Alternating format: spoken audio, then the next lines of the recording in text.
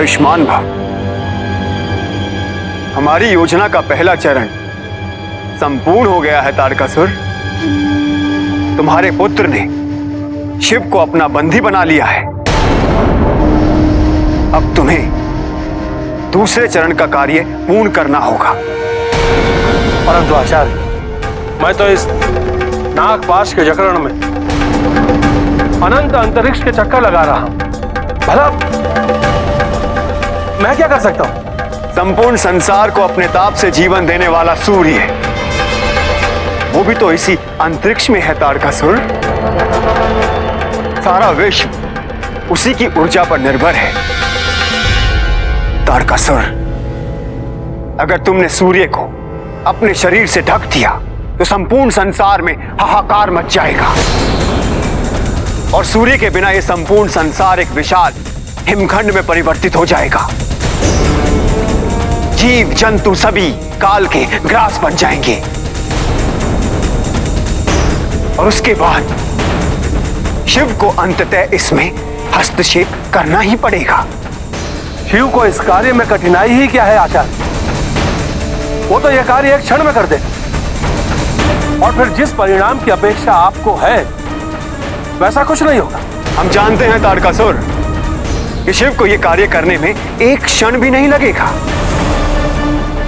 किंतु तुम भूल रहे हो तारकासुर कि विद्युन्माली ने शिव को अपना अंगरक्षक बना लिया है और विद्युन्माली के आदेश के बिना शिव हिल भी नहीं सकते।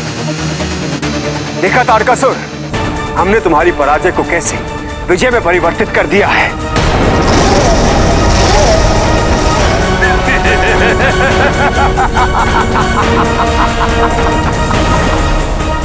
आप महान हैं आचार्य, आप सचमुच महान हैं।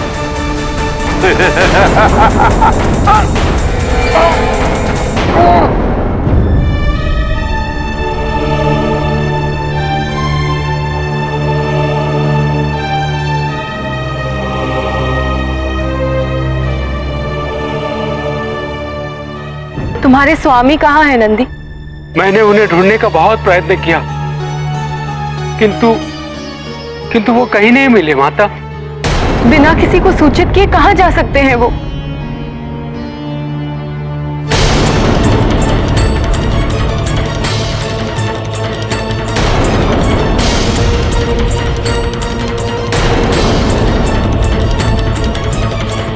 ये किसी आपदा का संकेत है माता। सूर्य पर अकस्मात ग्रहण लगना ये प्राकृतिक नहीं है,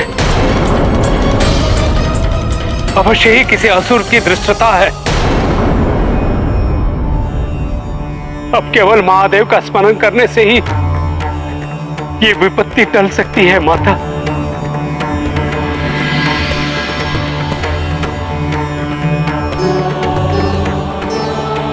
आप जहां कहीं भी हैं, शीघ्र लौट आइए महादेव। मनुष्यों को इस विपदा से केवल आप ही उबार सकते हैं।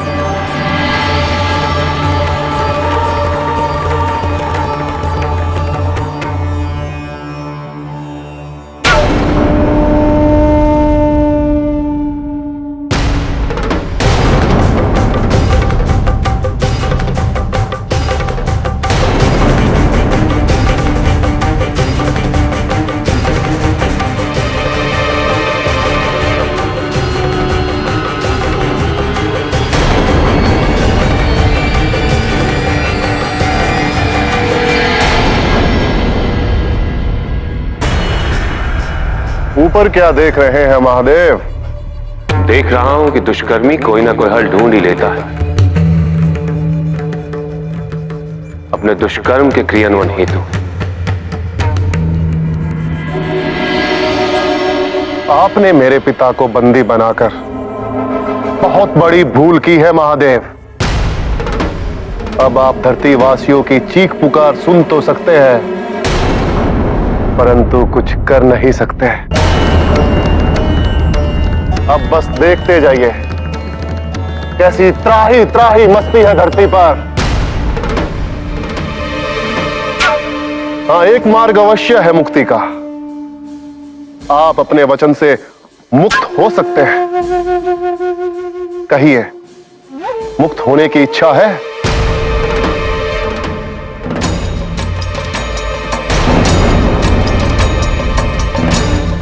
आप मेरे पिता को मुक्त कीजिए, मैं आपको आपके वचन से मुक्त कर दूंगा।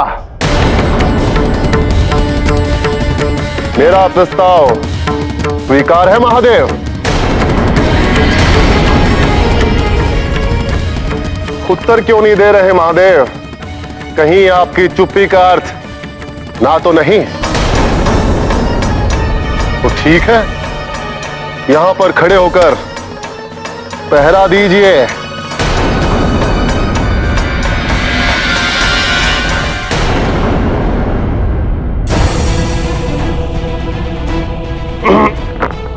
ये क्या? मेरा गला क्यों सूख रहा है? मुझे प्यास लगी है। जाइए महादेव, मेरे लिए जल लेकर आइए।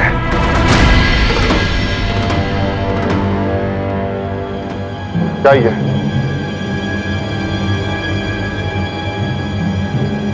इसे कहां लेकर जा रहे हैं?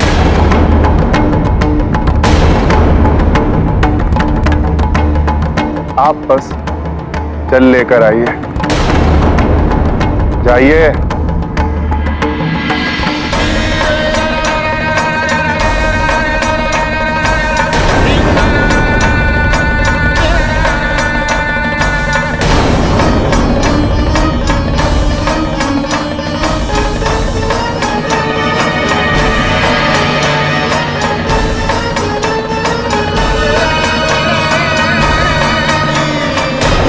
ये क्या था?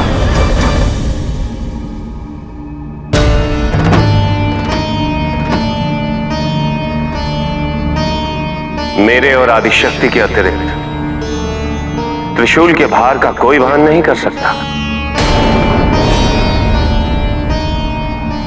तो पहले क्यों नहीं बताया? अंगरक्षक होकर मेरे हाथ में संकट क्यों थमाया? अंगरक्षक हो तभी तो तुम सुरक्षित हो। मैं जल लेकर आता हूं। रहने दीजिए, मेरी प्यास बुझ चुकी है।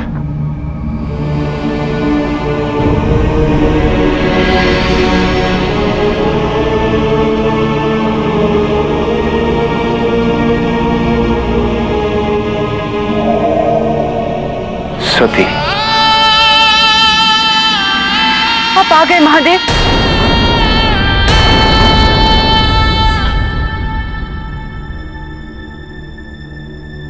न जाने क्यों मुझे ऐसा लगा जैसे उन्होंने मेरा नाम पुकारा हो। कहीं वो किसी संकट में तो नहीं है नंदी? मुझे इतनी घबराहट क्यों हो रही है? क्यों ऐसा लग रहा है जैसे वो किसी दुविधा में है? माता, आपकी बातें सुनकर अब मेरा भी मन घबराने लगा है। आप तो महादेव की अर्धांगिनी, उनके मन और आत्मा से जुड़ी हुई है। यदि आपको ऐसा लग रहा है तो संभव है कि महादेव संकट में हो। नहीं नहीं, मेरे महादेव संकट में? यह कैसे संभव है माता? वो सब मैं नहीं जानती नंदी, परंतु मेरा मन अत्यंत आशंकित है।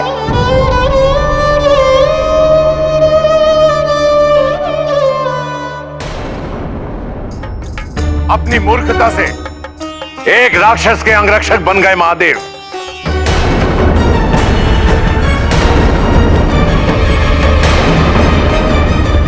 अब तो आप समझ गई होंगी ना कि मैं इस विवाह का विरोध क्यों करता था। आप लोग उसे भगवान मानते। यदि वो सचमुच भगवान होता तो विद्युन्माली को ऐसा वरदान नहीं देता।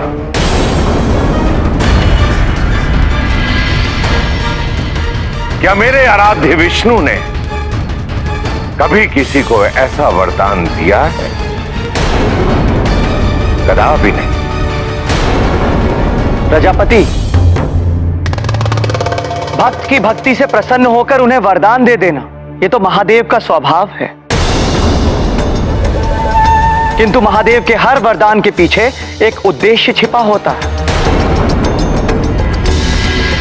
विद्युन्माली को दिए गए वरदान के पीछे भी भविष्य में घटने वाली एक महत्वपूर्ण घटना छिपी है। यह अंधविश्वास है ऋषि कश्यप। आप ये क्या कह रहे हैं स्वामी? सती के बारे में तो सोचिए, शिव के बिना ना जाने वो किस हाल में होगी।